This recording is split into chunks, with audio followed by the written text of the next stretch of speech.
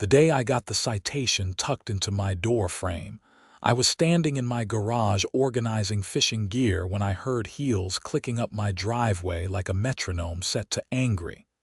I knew exactly who it was before I even turned around. "Excuse me, sir. Are you the property owner?" The woman's voice had that particular edge to it, the kind that told you she'd been practicing her complaints in the mirror all morning. I wiped my hands on my jeans and stepped out into the afternoon sunlight. She was standing there with a clipboard pressed against her chest like a shield, wearing a cream-colored blazer despite the 90-degree heat we'd been getting in Charleston all week. Her blonde hair was cut in that specific style that seemed mandatory for a certain type of suburban warrior, and her lips were pursed so tight they looked like they might snap. "I am," I said, extending my hand. "Greg Irving, can I help you?" She looked at my hand like I'd just pulled it out of a trash compactor, but eventually gave it the briefest touch before jerking hers back. "Tammy Hendricks. I'm the president of the Magnolia Gardens Homeowners Association, and I need to discuss a serious violation with you." I felt my jaw tighten.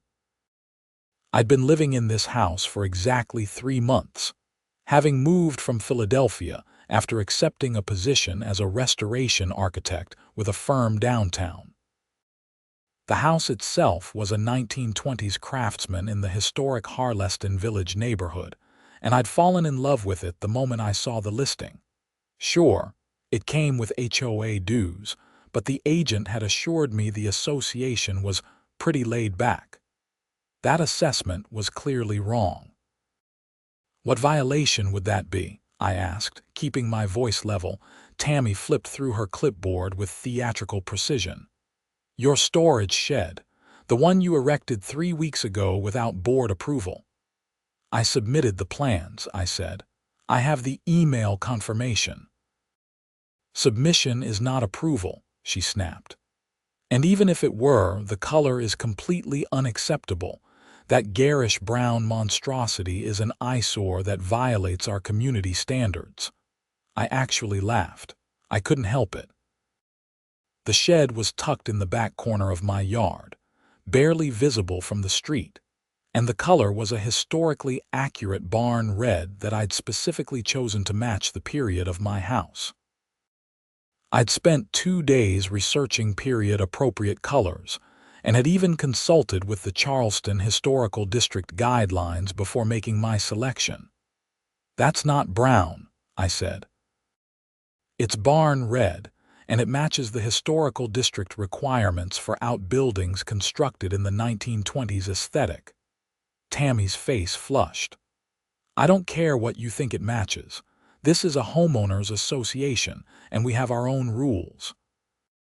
The acceptable shed colors are listed in Section 14.3 of the Covenant Guidelines: beige, white, or forest green. That's it."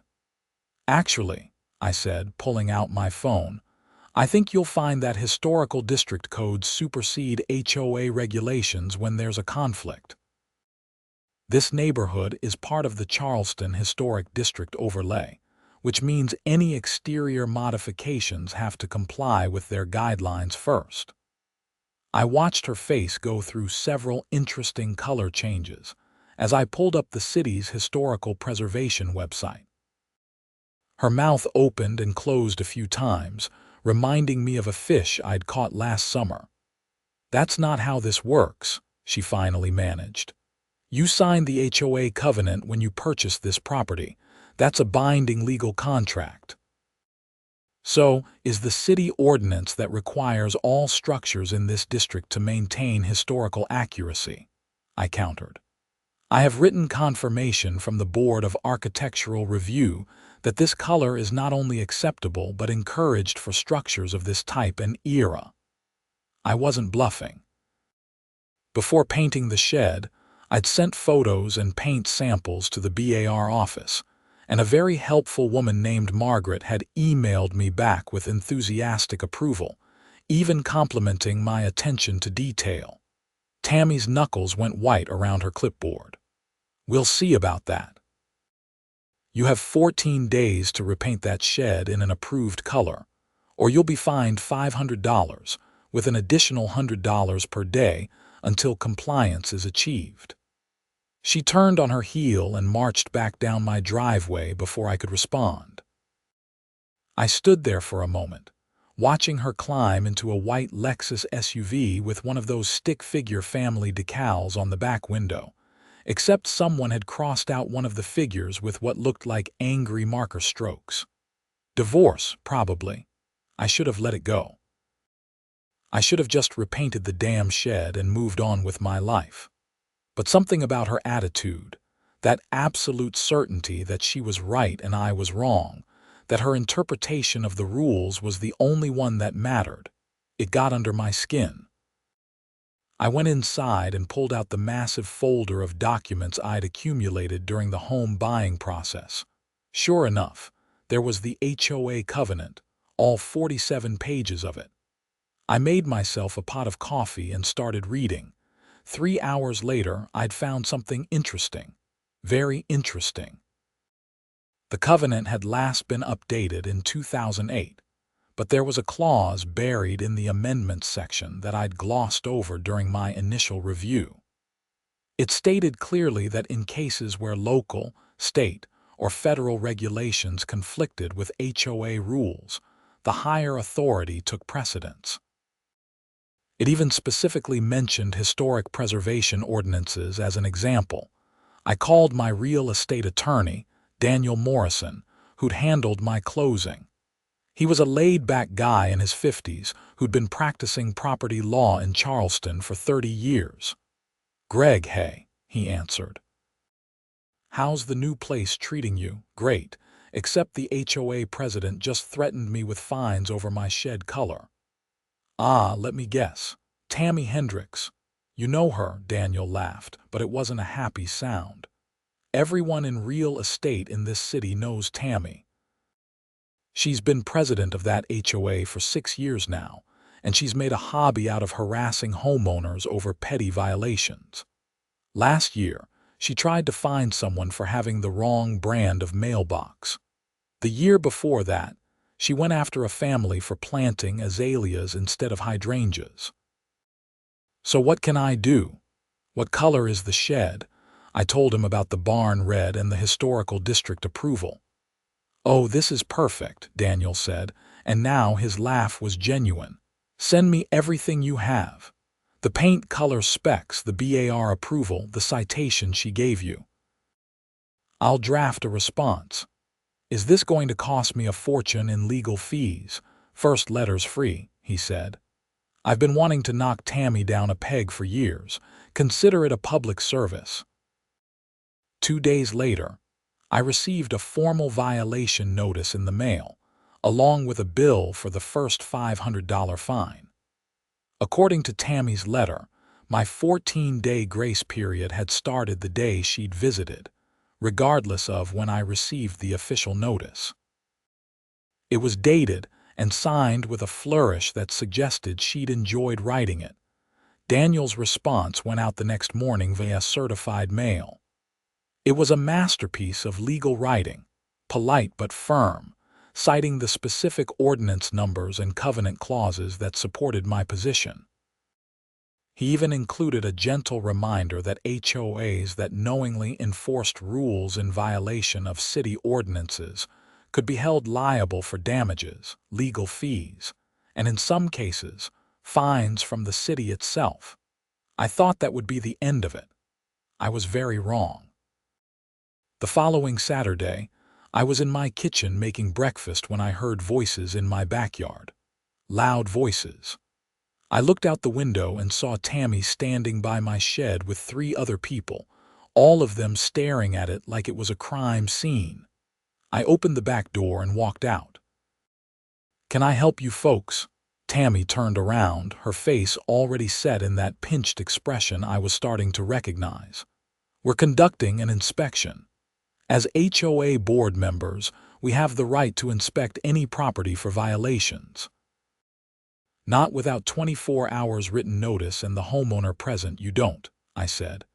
"That's in Section 6.2 of your own covenant.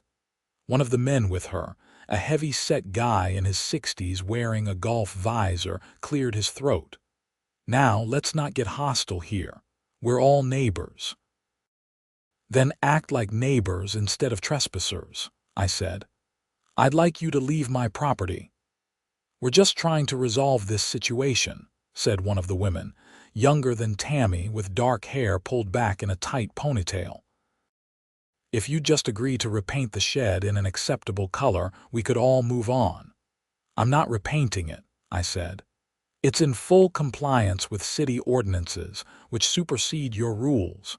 My attorney has already sent you the documentation." Tammy's face went scarlet. "Your attorney doesn't know what he's talking about. We've consulted with our HOA attorney, and she assures us that our covenant is binding regardless of any other regulations." "Then your attorney is either incompetent or lying to you," I said flatly, "because that's not how the law works." The heavy-set man held up his hands. "Look, son, I'm Bob Chen, vice president of the HOA. Why don't we all take a breath and figure this out like reasonable adults?" "Great," I said. "Start by getting off my property without permission, and we can schedule a proper meeting with proper notice." Bob looked embarrassed, which told me he probably wasn't in favor of this ambush tactic. He glanced at Tammy, who was vibrating with fury. "Let's go," he said quietly. "We'll send proper notice for a meeting." They filed out through my side gate, Tammy going last. She paused at the gate and turned back. "You're not going to win this," she said. "I've been protecting property values in this neighborhood for 6 years, and I'm not going to let some outsider come in and trash our standards." "I'm not trashing anything," I said. "I'm following the actual law instead of your made-up rules." After they left, I called Daniel again and told him about the impromptu inspection. He wasn't happy. "That's harassment," he said, "and possibly trespassing. Did you tell them to leave?" "I did, and they did eventually." "Good. Document everything. Photos, dates, times, who said what. If this escalates, we'll need it." The formal meeting notice arrived 3 days later. It was scheduled for the following Tuesday at 7 p.m. at Tammy's house, which served as the unofficial HOA headquarters. The notice stated that my continued violation would be discussed and that I was required to attend.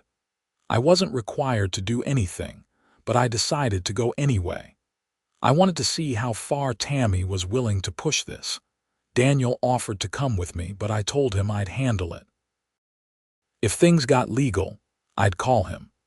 Tuesday evening, I walked up to Tammy's house at exactly 7.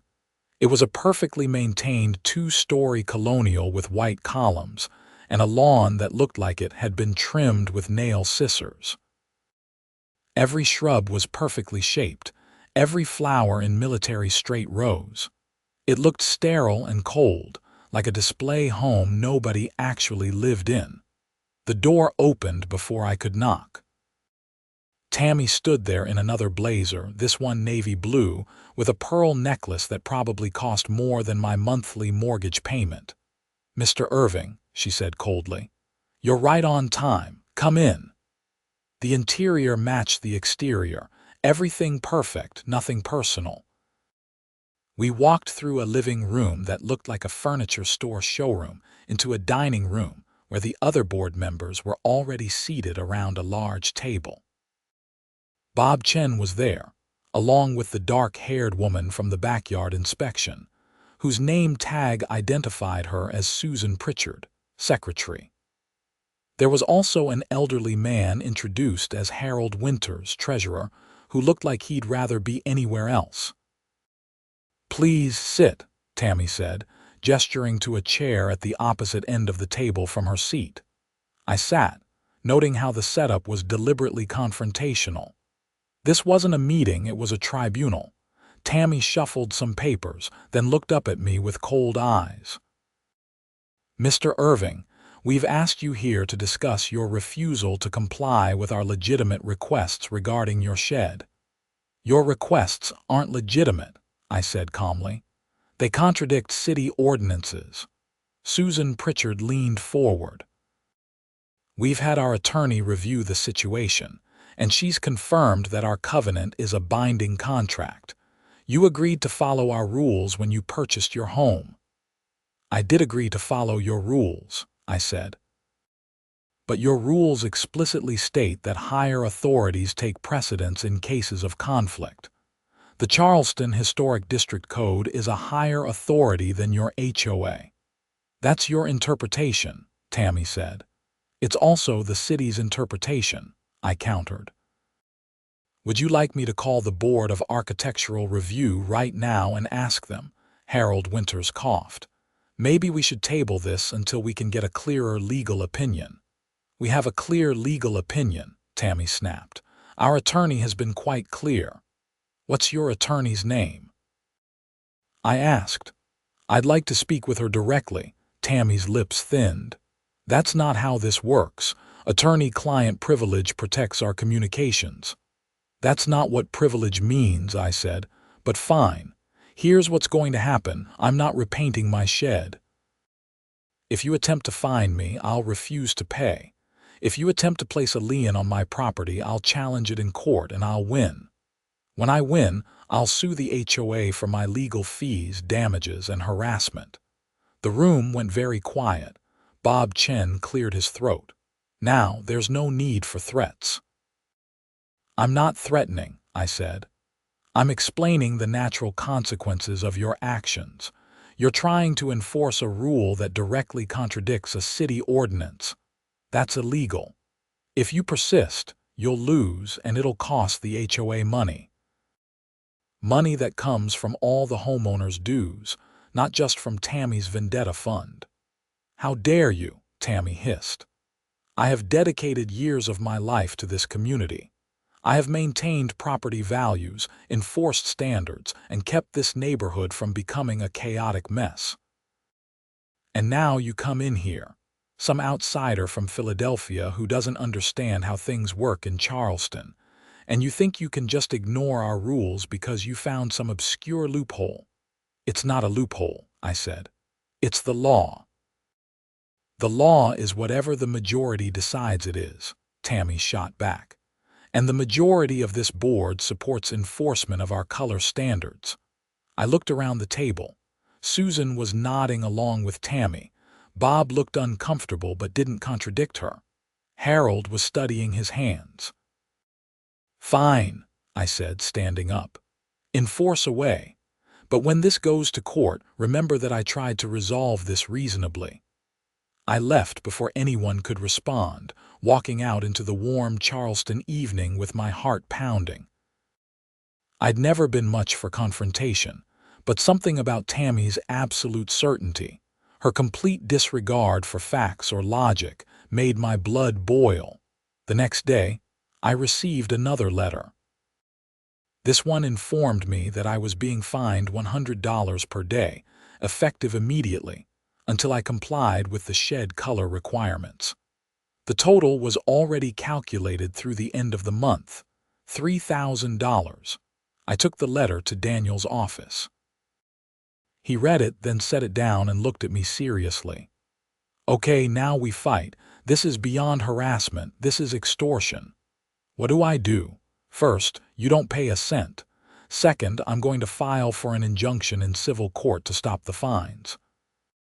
Third, we're going to file a complaint with the South Carolina Department of Consumer Affairs, because HOAs are regulated at the state level, and this kind of behavior is explicitly prohibited. Fourth, and this is the fun part, we're going to request a formal review from the Charleston Board of Architectural Review. Get them to issue an official ruling on your shed. And then we're going to stuff that ruling so far down Tammy's throat, she'll be tasting it for years. I couldn't help but smile. You really don't like her, do you?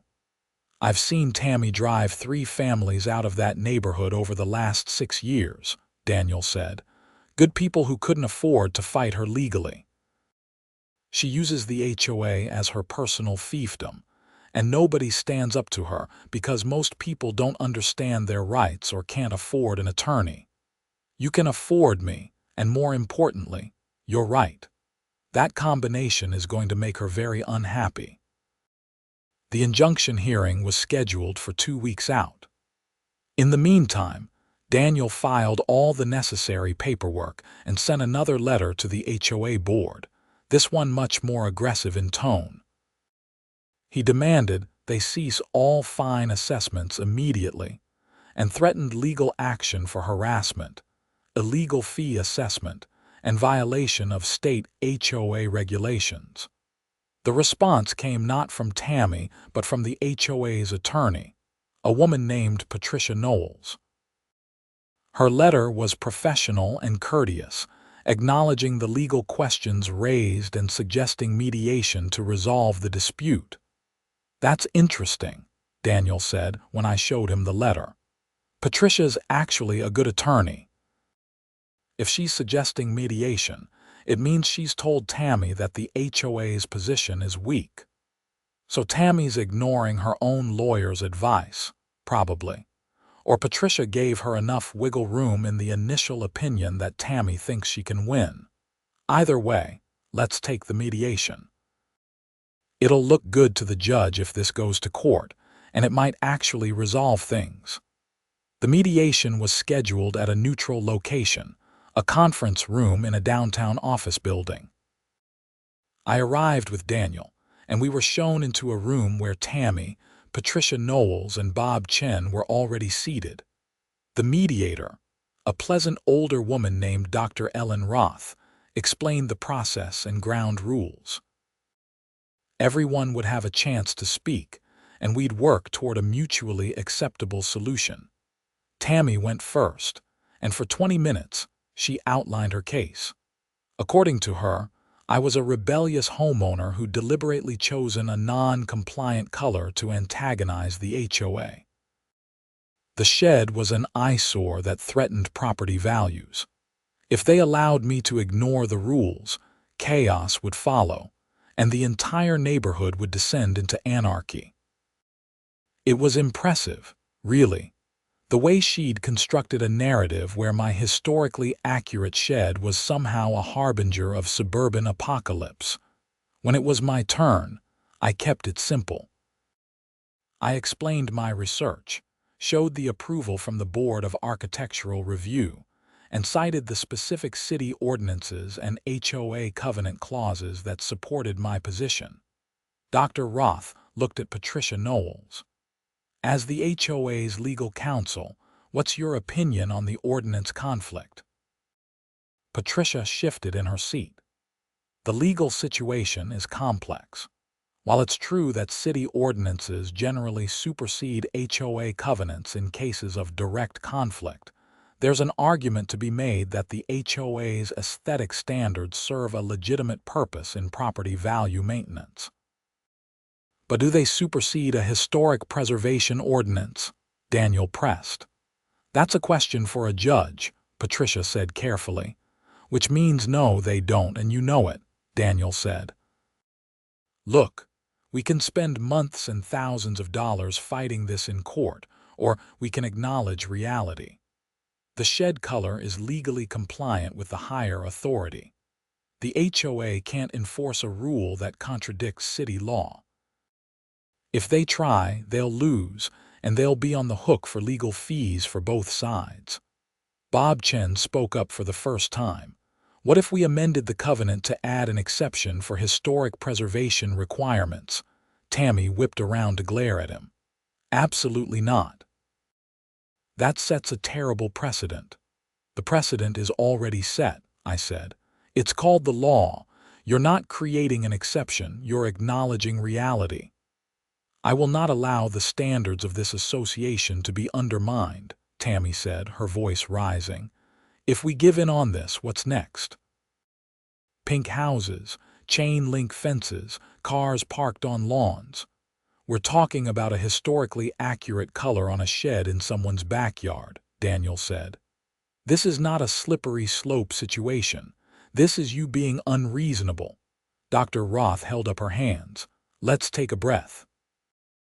Mr. Chen, your suggestion about amending the covenant is interesting. Could that work legally? Patricia nodded slowly. It could. If the amendment explicitly acknowledged that historic preservation requirements take precedence over HOA aesthetic rules, that would resolve the current conflict and prevent future issues. And you'd need to refund any fines you've attempted to assess, Daniel added. Plus a written apology for the harassment.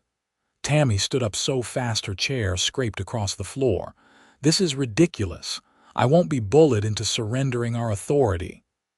Tammy, Patricia said quietly, can I speak with you privately? They left the room. Through the door, I could hear raised voices, though I couldn't make out the words. When they returned 5 minutes later, Tammy looked like she'd been chewing glass. Fine, she spat. We'll draft an amendment. But I want it on record that I believe this is a mistake that will haunt this association for years to come. Noted, Dr. Roth said, making a note on her pad. Mr. Irving, is this acceptable to you? As long as the amendment is properly worded and the fines are refunded, yes. We spent another hour working out the specific language of the amendment. It would acknowledge that local, state, and federal regulations took precedence over HOA rules in all cases, with specific mention of historic preservation ordinances. The fines would be voided, and no record of violation would appear in my file. In exchange, I agreed to submit all future exterior modifications to the HOA for review, though they'd be bound by the same hierarchy of regulations. It was nearly 5 p.m. when we all signed the agreement. Tammy signed with such force I thought she might break the pen. I thought that was the end of it. I really did. But Tammy Hendricks wasn't the type to accept defeat gracefully. 2 weeks later, on a Sunday morning, I was woken up by pounding on my front door. I stumbled downstairs in my pajamas and found a Charleston police officer standing on my porch. "Greg Irving," he asked. "That's me. I'm Officer Martinez. We received a complaint about illegal construction on your property. Do you have permits for all structures on this lot?" I blinked away sleep confusion. My shed. Yes, I pulled permits through the city. Do you want to see them, please? I invited him in and dug through my files until I found the building permit. Officer Martinez reviewed it carefully, then nodded. "This looks in order. Sorry to bother you, sir. We have to follow up on all complaints." "Who complained?"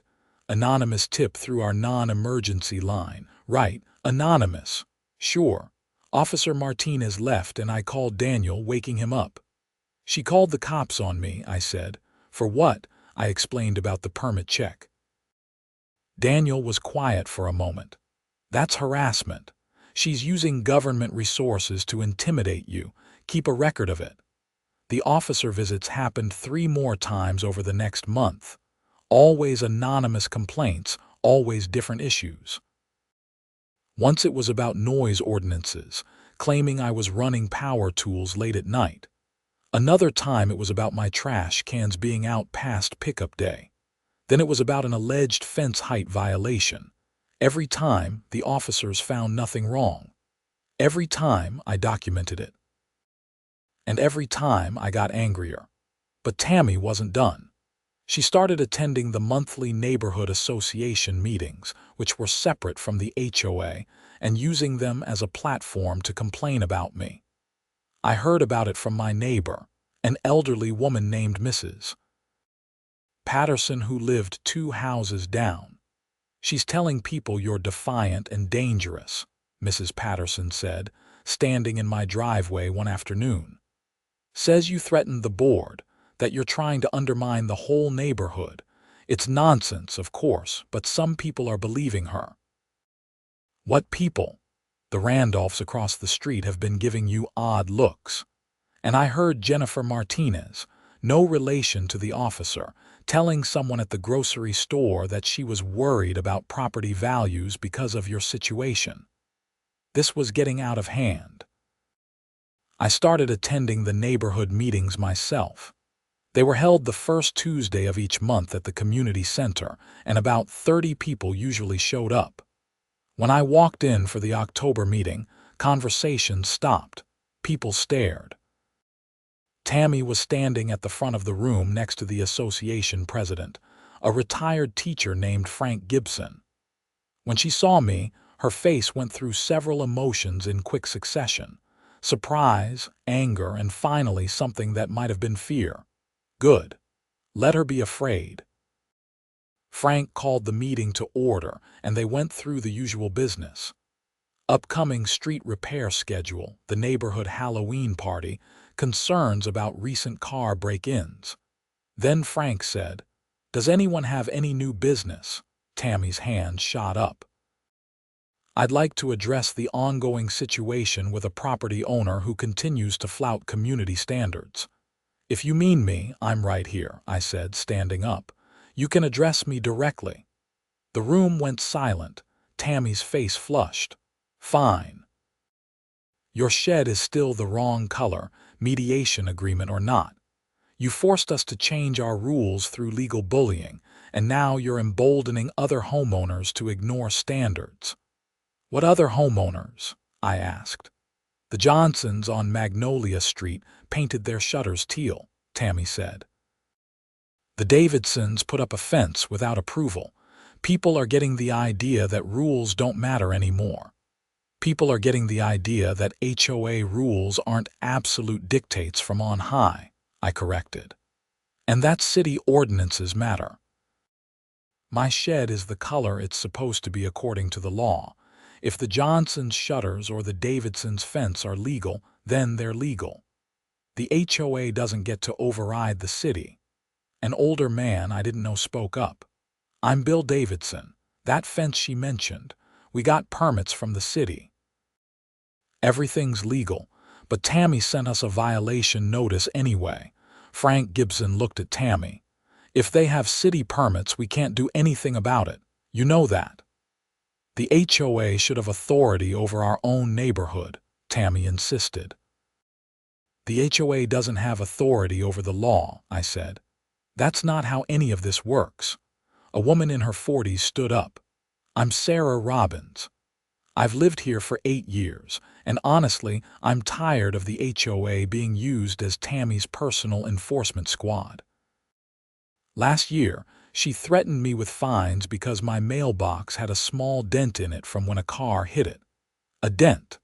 Like I have control over drunk drivers." Others started speaking up, sharing their own stories of Tammy's overzealous enforcement.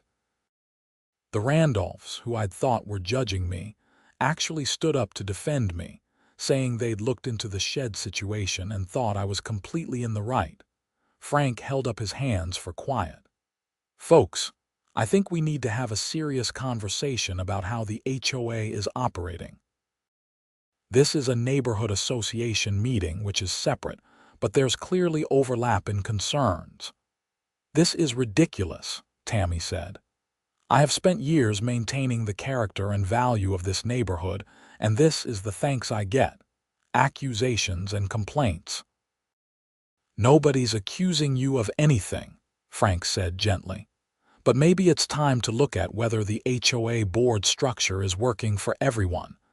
Tammy gathered her things and stormed out. The meeting continued without her, and by the end, there was talk of organizing a petition to call for new HOA board elections.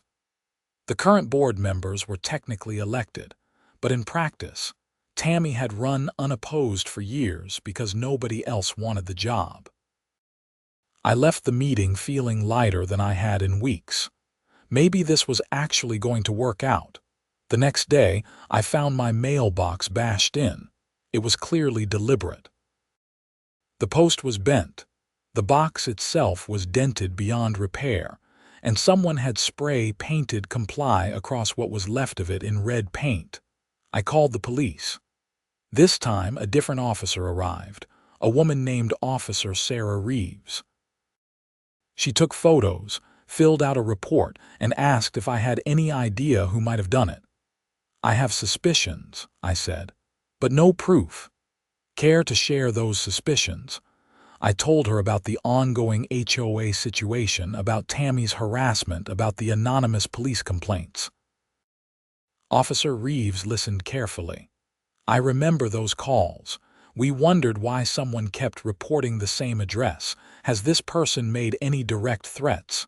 Not directly, no. But you believe she might be escalating? I don't know what to believe anymore. Officer Reeves gave me her card. If anything else happens, call me directly, and consider installing security cameras. I took her advice.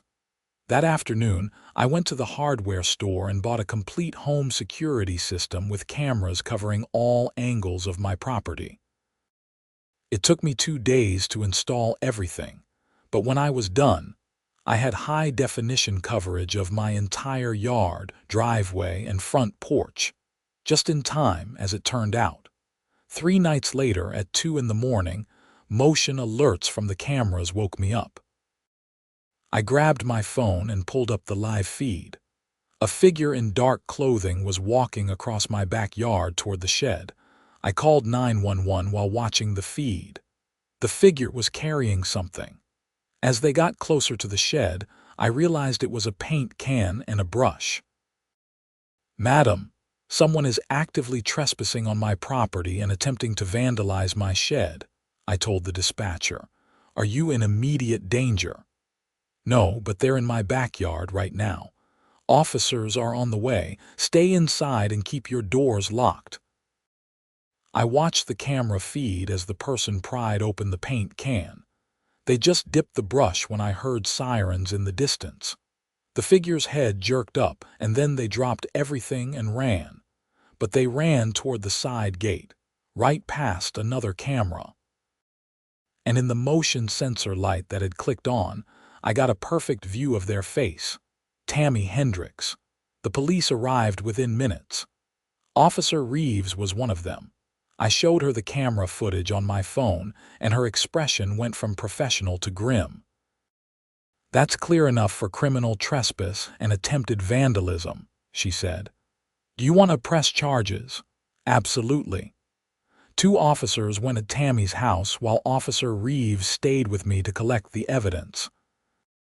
The paint can was cheap beige paint, the kind you'd use to cover up something else. The brush was still there too, along with a pry bar she'd dropped when she ran. 45 minutes later, the officers returned with Tammy in handcuffs. She was screaming about false accusations and harassment, but her protests died when Officer Reeves showed her the camera footage on a tablet. "Mrs. Hendricks, you're being charged with criminal trespass and attempted criminal damage to property," Officer Reeves said formally. "You have the right to remain silent." I watched from my doorway as they put Tammy in the back of the patrol car. Some neighbors had come out to see what was happening, including Bob Chen, who looked absolutely shocked. "I can't believe she did that," he said, standing in my driveway in his bathrobe. "I mean, I knew she was intense about the rules, but criminal activity, that's insane." "Intensity is one thing," I said. "This is obsession." The case moved quickly.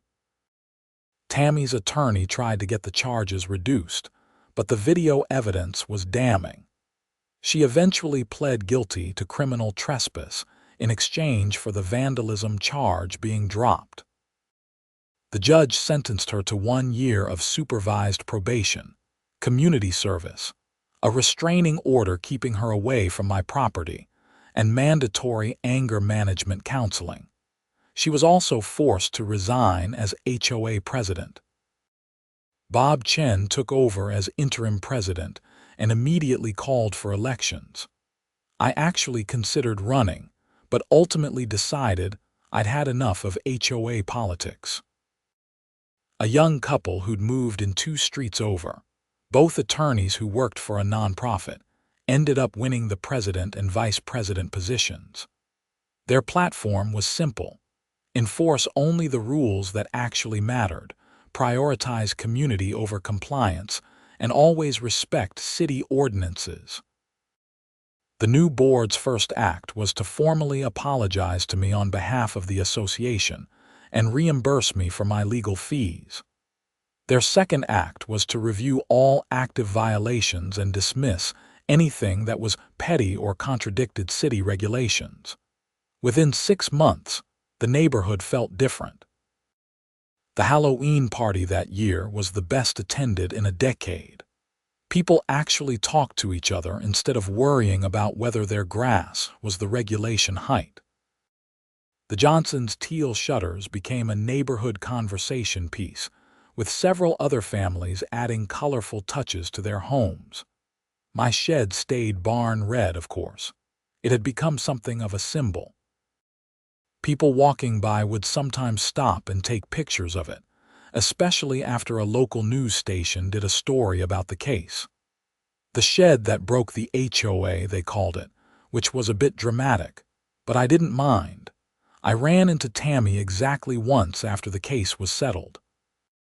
It was at the grocery store about 8 months later. We ended up in the same aisle, and for a moment I thought she might just ignore me, but she stopped, looking at the floor. "I'm sorry," she said quietly, "for everything. The harassment, the police calls, the vandalism. My therapist says I was displacing anger from my divorce onto the HOA rules, using control over the neighborhood to compensate for losing control of my personal life. That's not an excuse, just an explanation." I studied her. She looked different, older, more tired, but also somehow more human. The rigid perfection was gone, replaced by something that looked like actual vulnerability. "I accept your apology," I said, "and I hope the therapy helps." She nodded and walked away, and that was it. I never saw her again. I heard later that she'd moved to Savannah, taking a job with an accounting firm and leaving the Charleston suburbs behind. Life in Harleston Village settled into a comfortable rhythm. I got to know my neighbors, joined the neighborhood watch, even helped organize the spring garden tour. The house restoration project I'd been hired for downtown turned into a series of projects, and my reputation as an architect who understood historical accuracy grew. The shed itself became part of regular tours. The Charleston Historical Society loved it so much they featured it in their newsletter as an example of proper period-appropriate outbuildings.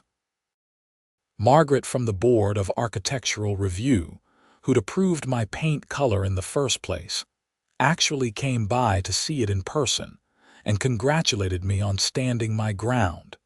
Daniel Morrison and I became friends. He'd been serious about the first letter-free thing, but when I tried to pay him for the rest of his work, he'd waved me off, saying the entertainment value alone was worth it. We started meeting for drinks every few weeks, and he'd tell me war stories from his decades of property law practice. "You know what the best part of your case was?" he asked me one evening over beers at a downtown bar. "It wasn't just that you won, it's that you changed how that HOA operates.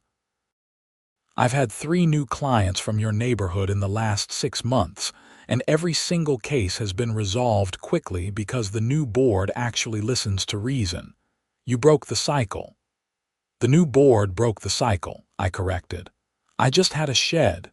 "You had principles," Daniel said. "And the stubbornness to defend them. That matters more than you think." A year to the day after I'd first gotten that citation tucked into my door frame, I threw a party. I called it the Shed Warming Party and invited everyone in the neighborhood. Nearly 50 people showed up, including Bob Chen, Frank Gibson, the new HOA board members, and Sarah Robbins, who'd spoken up at that crucial neighborhood meeting.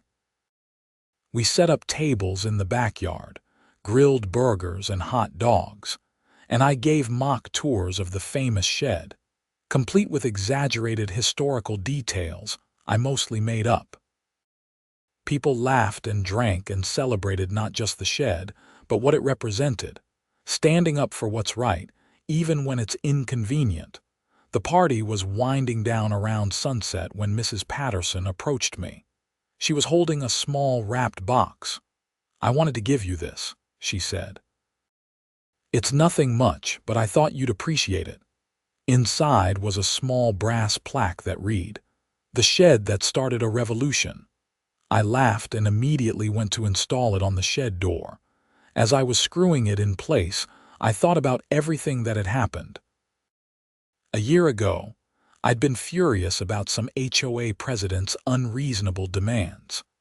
I'd been ready to fight on principle, sure, but also just because I was angry about being told I was wrong when I knew I was right.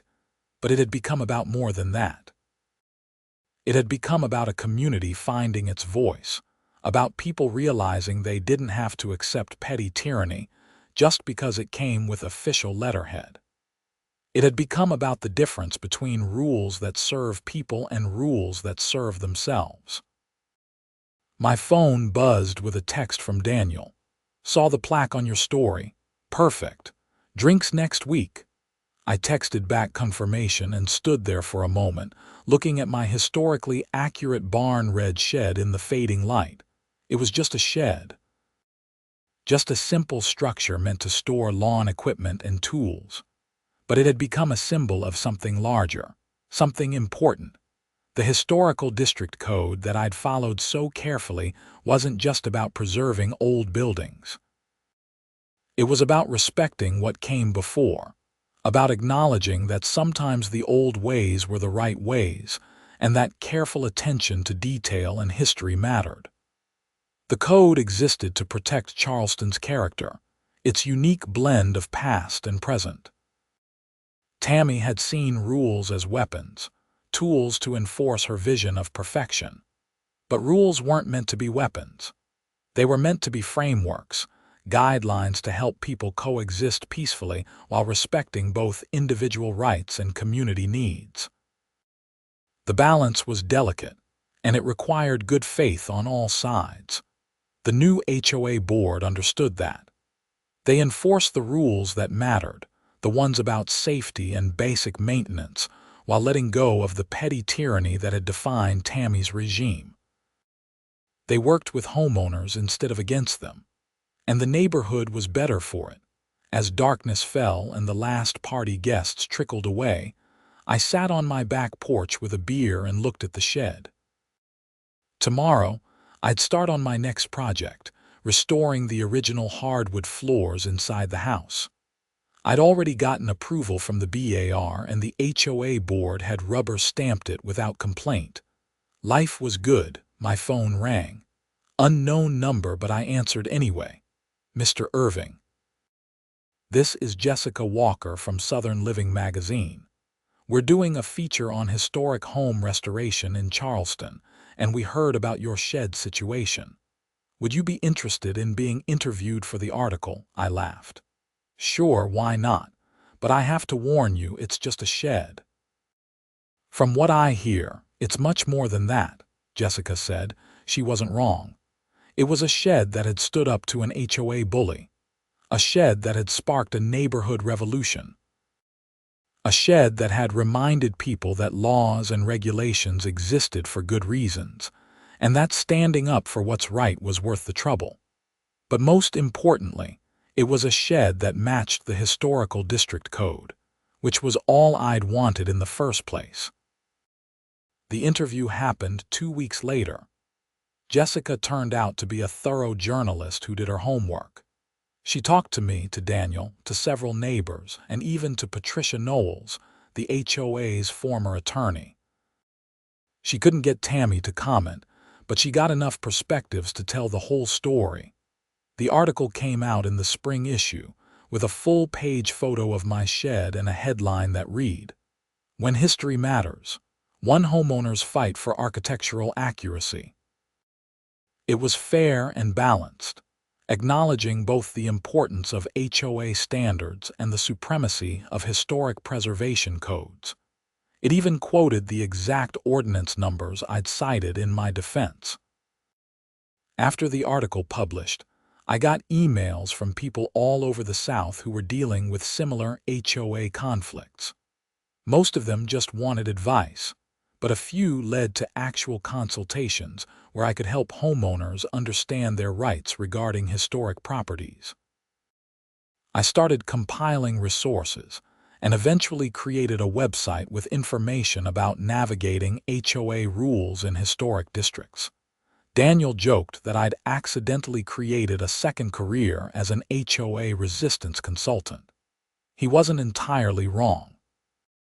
The website got enough traffic that I started a small side business helping homeowners research property rights and historic district regulations. It didn't make much money, but it was satisfying work, and it helped people who were where I'd been a year earlier, facing down an unreasonable HOA and not knowing where to turn. 2 years after the shed incident, I ran into Bob Chen at the hardware store. He'd stepped down as interim HOA president after the election, but remained involved as a board member. "I wanted to thank you," he said as we stood in the paint aisle, appropriately enough. "For what?" "For not suing us," Bob said. "You had grounds." The harassment, the improper fines, Tammy's actions. You could have gone after the HOA for damages and you probably would have won. I shrugged. The HOA membership wasn't the problem, Tammy was, and she faced consequences. The organization itself just needed better leadership. "Still," Bob said, "a lot of people would have gone for the throat. You showed restraint and good judgment. The neighborhood is better for it." We talked for a few more minutes about neighborhood news. The fall festival was coming up. The new board had just approved a neighborhood beautification grant program. Someone on Rutledge had gotten permission to convert their garage into a home office, complete with historically accurate windows and doors. Things were working the way they were supposed to work. That evening, I sat on my porch with Mrs. Patterson, who'd made a habit of bringing over iced tea on warm afternoons. "You know what I like most about what happened?" she asked, rocking slowly in the wicker chair. "What's that?" "People learn that they have power. Not just you standing up to Tammy, but everyone else realizing they could question things too. For years, people just accepted whatever the HOA said because they thought they had no choice. Now they know better." "Knowledge is power," I said. "Education is power," Mrs. Patterson corrected. "You educated people about their rights. That's a gift." I thought about that after she left. Education really was the key. Most of the HOA problems I'd heard about, both in my neighborhood and from the people who'd contacted me through the website, came down to information asymmetry. The HOA boards knew the rules and wielded that knowledge like a weapon. Homeowners didn't know their rights and felt helpless. But when homeowners understood the hierarchy of regulations, when they knew that city codes superseded HOA rules, when they learned about proper notification requirements and dispute resolution processes, the power dynamic shifted. It became a negotiation between equals instead of a dictatorship. That fall, I was invited to speak at a local real estate conference about navigating HOA rules in historic districts. It was a small breakout session, maybe 40 people, mostly real estate agents and attorneys. I talked about my experience, about the legal framework, about the importance of doing proper research before purchasing in an HOA-governed historic district. During the Q&A session, a young woman raised her hand. "What would you say to someone who's thinking about buying in an HOA but is worried about situations like yours?" "Research everything," I said. "Read the entire covenant before you close. Look at the HOA's history of enforcement. Talk to neighbors. Check if there are any overlapping jurisdictions like historic district codes. And understand that you have rights. HOAs are bound by state law, by their own covenants, and by higher regulatory authorities. They're not kingdoms, and board members aren't royalty. They're service organizations that are supposed to help maintain property values and community standards, not petty tyrants enforcing arbitrary preferences. The audience applauded, and afterward, several people came up to talk to me. One was a real estate agent who'd had a client walk away from a house because of HOA concerns. Another was a property attorney who asked if I'd be interested in serving as an expert witness in an HOA case she was litigating. I declined the expert witness role. I didn't want to become that guy, the professional HOA fighter. But I gave her some resources and suggested she contact Daniel Morrison, who'd love the case. Life continued its pleasant rhythm. I dated a woman named Samantha for a while, a museum curator who appreciated my restoration work. We eventually decided we were better as friends, but she introduced me to her network, which led to more architectural projects. My career was thriving. My house was slowly being restored to its former glory, and the neighborhood remained peaceful under the new HOA leadership. The shed, meanwhile, had become such a local landmark that tour guides in the historic district would sometimes point it out. "That's the shed that changed HOA enforcement in Charleston," they'd say, which was an exaggeration but a flattering one. 3 years after the incident, I got an unexpected visitor. A documentary filmmaker named Marcus Green knocked on my door, saying he was making a film about HOA overreach in America and wanted to feature my story. "It's not really that dramatic," I protested. "Are you kidding?" Marcus said. "You had the HOA president arrested for trying to vandalize your property. That's incredible." I ended up agreeing to participate, and the filming took place over several days. Marcus interviewed me, Daniel, several neighbors, and even got Patricia Knowles to talk on camera about the legal aspects. He couldn't get Tammy. She'd refused all contact. The documentary premiered at a film festival in Atlanta the following year. It was called The HOA Wars and featured several stories of HOA conflicts from around the country. My segment was about 15 minutes long, but it captured the essence of what had happened.